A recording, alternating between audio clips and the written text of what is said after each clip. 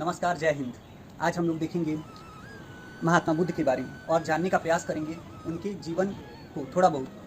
और आज हम लोग उत्तर प्रदेश के कुशीनारा जगह पे, अर्थात जो कुशीनारा महाजनपद, अर्थात जो कि आज का कुशीनगर है, वहाँ पे हम लोग आए हुए हैं। और यहाँ पे आपको हम एक भव्य मंदिर दिखाने का प्रयास करेंगे जो कि यहाँ पे विराजमान है। देख सकते हैं आप उस भव्य मंदिर को।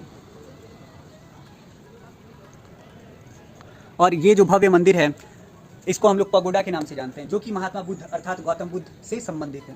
तो आइए हम लोग जानते हैं एक जो छोटा सा बच्चा, वो किस प्रकार से इस महान जीवन शैली को अपनाया उसने, और एक महान विश्व में शांति की महानता को स्थापित किया उसने। आइए जानते हैं। और हम लोग देखेंगे सबसे पहले गौतम बुद्ध की एक प्रतिमा जो है उसको देखने का प्रयास करेंगे, यानी महात्मा बुद्ध की जो प्रतिमा है उसको हम लोग देखने का प्रयास करेंगे। और आप यहाँ पे देख सकते हैं कि इनकी जो प्रतिमा है उन एक मंदिर में है जिसको अभी बंद रखा गया है, यानी कि मंदिर का गेट अभी बंद है। और यहाँ पे आप इस प्रतिमा को देख सकते हैं जिसमें गौतम बुद्ध शांति स्वरूप में विराजमान है। आइए अब हम लोग जानते हैं गौतम बुद्ध बने कैसे। तो गौतम बुद्ध जो है कि, और उनको जानने से पहले हम लोग जान लेते हैं कि यहाँ पे जो एक और प्रतिमा है गौतम बुद्ध की। तो गौतम बुद्ध जो है वो, उनके बचपन का नाम था सिद्धार्थ, यानी एक जो बच्चा था सिद्धार्थ नाम का, जो छोटा सा बच्चा था, वो इतना महान कैसे बन गया, और जिसके कदमों में बड़े से बड़े शासक झुक गए और अपना सर्वस्व लुटा दिया। उन्होंने जो प्रथा चालू की, जिस धर्म को आगे बढ़ाया, उस धर्म को मानकर अशोक जैसे महान सम्राट ने भी क्या किया, अपना सर झुका दिया और अपना पूरा संपूर्ण साम्राज्य उनके अधीन कर दिया।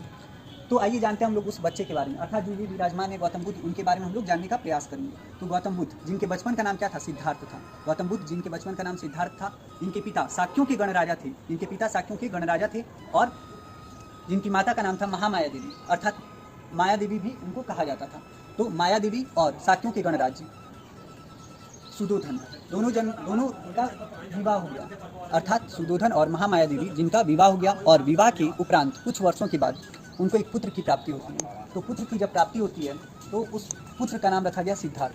और उस सिद्धार्थ को ऋषि मुनि अर्थात तपस्वियों ने उनके बारे में भविष्य वाणी की कि ये जो सिद्धार्थ नाम का बालक है ये काफ़ी ज़्यादा विश्वविख्यात होगा,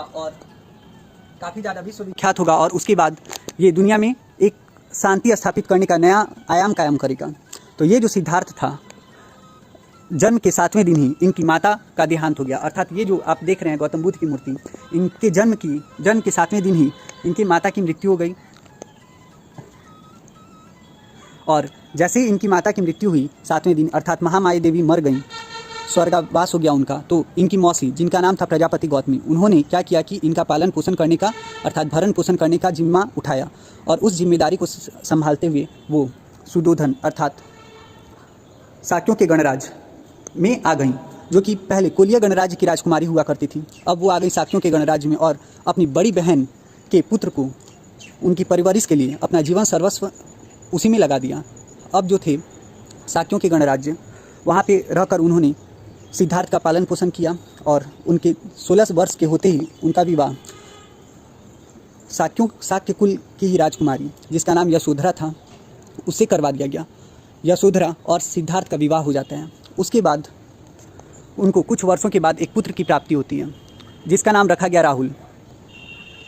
और उस पुत्र का पालन पोषण सिद्धार्थ और यशोधरा मिलकर करते हैं। पूरा परिवार अच्छे खासे ढंग से चल रहा था, सब कुछ अच्छे ढंग से चल रहा था। और उसके बाद वक्त करवट बदलता है, समय बदलता है, और फिर वक्त के साथ साथ ऋषि मुनियों द्वारा कही गई जो बातें थीं वो सत्य होने को आती हैं। अपने सारथी चाण के साथ और अपने जो घोड़े थे कंथक को लेकर रथ में स्थापित कर सिद्धार्थ निकलते हैं अपने नगर भ्रमण को। और नगर भ्रमण को जब सिद्धार्थ निकलते हैं नगर घूमने के लिए अपना, तो वहाँ पर उन्होंने सबसे पहले देखा एक मरीज व्यक्ति, जो कि मरीज था, बीमार था। उस व्यक्ति को देखकर सिद्धार्थ के मन में दुख उत्पन्न हुआ, और चाण से उन्होंने पूछा, अपने सारथी से उन्होंने पूछा कि ये क्या है। तो उन्होंने बताया कि महाराज, राजकुमार, ये जो है एक बीमार व्यक्ति है जो कि बीमारी से ग्रसित है। हम लोग भी बीमार होते हैं, आप भी बीमार होइएगा, हम भी बीमार होंगे, और सब कोई बीमार होते हैं। फिर थोड़ी दूर आगे बढ़ने के बाद उन्होंने देखा एक वृद्ध व्यक्ति जो कि बूढ़ा हो चुका था। तो उस वृद्ध व्यक्ति को देखकर उनके मन में सवाल आया कि ये कैसा व्यक्ति है, इसको तो मतलब इस प्रकार के व्यक्ति को तो हमने पहले देखा ही नहीं। तो चाण से उन्होंने पूछा कि ये क्या है, इसको क्या हुआ है। तो बोले चाण, जो कि उनके सारथी थे, कि युवराज, इनको बुढ़ापा आ गया है, आप भी बूढ़े होइएगा और हम लोग भी बूढ़े होंगे, सब कोई बूढ़ा होता है, आपके पिताजी भी बूढ़े होंगे। तो उन्होंने एक प्रश्न किया, क्या सुधोधन महाराज अर्थात हमारी जो पिताजी हैं वो भी वृद्ध होंगे, इसी प्रकार से हो जाएंगे? तो सिद्धार्थ को चाण ने जवाब दिया कि हाँ, इसी प्रकार से हो जाएंगे, आप भी हो जाएंगे। फिर उसके बाद थोड़ी दूर आगे बढ़ने पर सिद्धार्थ ने एक मृत व्यक्ति को देखा जिसको अर्थी पर ले जाया जा रहा था और सब कोई रो रहे थे, दुखी थे। तो बोले कि इसको क्या हो गया? उन्होंने एक प्रश्न पूछा सारथी से कि सारथी, इसे क्या हो गया? तो सारथी ने जवाब दिया कि युवराज, ये ईश्वर को प्यारा हो गया, अर्थात ये मर चुका है, अब इसने अपना शरीर त्याग दिया। तो फिर सारथी जो था उनको लेकर आगे बढ़ता है। उसी क्रम में सिद्धार्थ, जो कि पहले से काफ़ी दुखी हो चुके थे इस संसार से, कि संसार में इतने भी दुख हैं जिन दुखों के बारे में उन्हें अभी अभी ही पता चल रहा था, फिर सिद्धार्थ आगे बढ़ते हैं अपने सारथी के साथ और उन्हें दर्शन होते हैं एक तपस्वी के, एक साधु के, जो कि एक वृक्ष के नीचे मुस्कुरा रहा था, तपस्या कर रहा था और तपस्या में मंद मंद मुस्कुरा रहा था। और उसकी मुस्कान देखकर खुश हो जाते हैं सिद्धार्थ, बोलते हैं कि ये इतना आनंद में क्यों है, जबकि इसके पास तो कुछ भी नहीं है, ये जो है ना इसके पास धन दौलत है, ना इसके पास कुछ और है, फिर ये इतना खुश क्यों है? तो सिद्धार्थ को जवाब देते हैं कि युवराज, ये जो हैं ये तपस्वी हैं, इनको किसी प्रकार का मोह माया नहीं है और ना ही ये किसी की मोह माया के वश में रहते हैं, इसलिए ये खुश हैं, ना ही इन्हें मृत्यु का डर है और ना ही इन्हें किसी के जन्म होने की खुशी होती है, ये बस अपने ज्ञान को प्राप्त करने के लिए लगे हुए हैं। तो उन्होंने पूछा, बताइए सारथी, किस प्रकार का ज्ञान? तो बोले कि इस संसार से मुक्त होने का ज्ञान, इस संसार से मुक्ति पाने का ज्ञान, इस संसार के मोह माया के जाल से मुक्त होने का ज्ञान। और फिर उसी ज्ञान को लेकर, उसी प्रकार के ज्ञान की खोज में सिद्धार्थ सोचते रहते हैं और वापस महल में जाने के बाद अपने पिता से उनकी बात होती है और बोलते हैं, क्या पिताजी, जब आपको भी मृत्यु प्राप्त होगी, मुझे भी मृत्यु प्राप्त होगी, हम सबको मृत्यु प्राप्त होगी, तो फिर क्या फ़ायदा इस मोह माया का, इस सांसारिक दुनिया का, इस सांसारिक रिश्तों का? कोई फ़ायदा नहीं है। और 29 वर्ष की अवस्था में सिद्धार्थ अपना गृह त्याग कर देते हैं, अपनी पत्नी यशोधरा और बेटे राहुल को छोड़कर वे चले जाते हैं। और जाने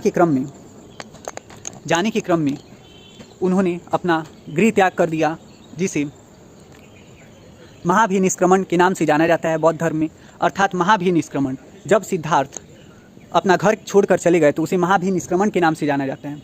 फिर 29 वर्ष की अवस्था में जब सिद्धार्थ घर छोड़ के चले गए तो सबसे पहले उन्होंने देखा, एक आम के बगीचे में उन्होंने रुका, वहाँ उन्हें एक गुरु मिले जिनसे उन्हें कुछ ज्ञान की प्राप्ति हुई, जिसका नाम था आचार्य अलार कलाम। और उनके द्वारा, सांख्य दर्शन के गुरु थे, उनके द्वारा उन्हें ज्ञान की प्राप्ति हुई तथा उसके बाद वो आगे बढ़े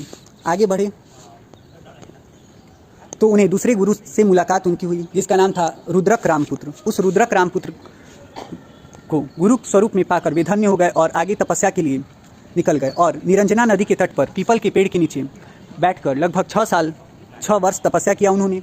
6 वर्ष तपस्या करने के बाद उन्हें ज्ञान की प्राप्ति हुई। जैसे ही उन्हें ज्ञान की प्राप्ति हुई वे तथागत कहलाए और तथागत कहलाने के बाद उनका नाम सिद्धार्थ से गौतम बुद्ध हो गया। अर्थात जिस सिद्धार्थ की कहानी हम लोग जान रहे थे और अभी तक हम लोग जाने कि वो जो सिद्धार्थ थे वो सिद्धार्थ से गौतम बुद्ध किस प्रकार से बने और उनको जब तथागत की प्राप्ति हो गई, ज्ञान की प्राप्ति हो गई, तो उसके बाद वो उनका नाम बुद्ध पड़ गया और बुद्ध से वे गौतम बुद्ध हो गए। और उन्होंने क्या किया, बौद्ध धर्म की स्थापना की, जिसके आगे पूरी संसार, पूरी दुनिया और नतमस्तक हो गई और शांतिपूर्वक जीवन अपनाने की बात स्वीकार की सभी ने, मोह माया को त्याग कर। चलिए इसके बाद हम लोग आगे पढ़ेंगे नेक्स्ट क्लास में। धन्यवाद।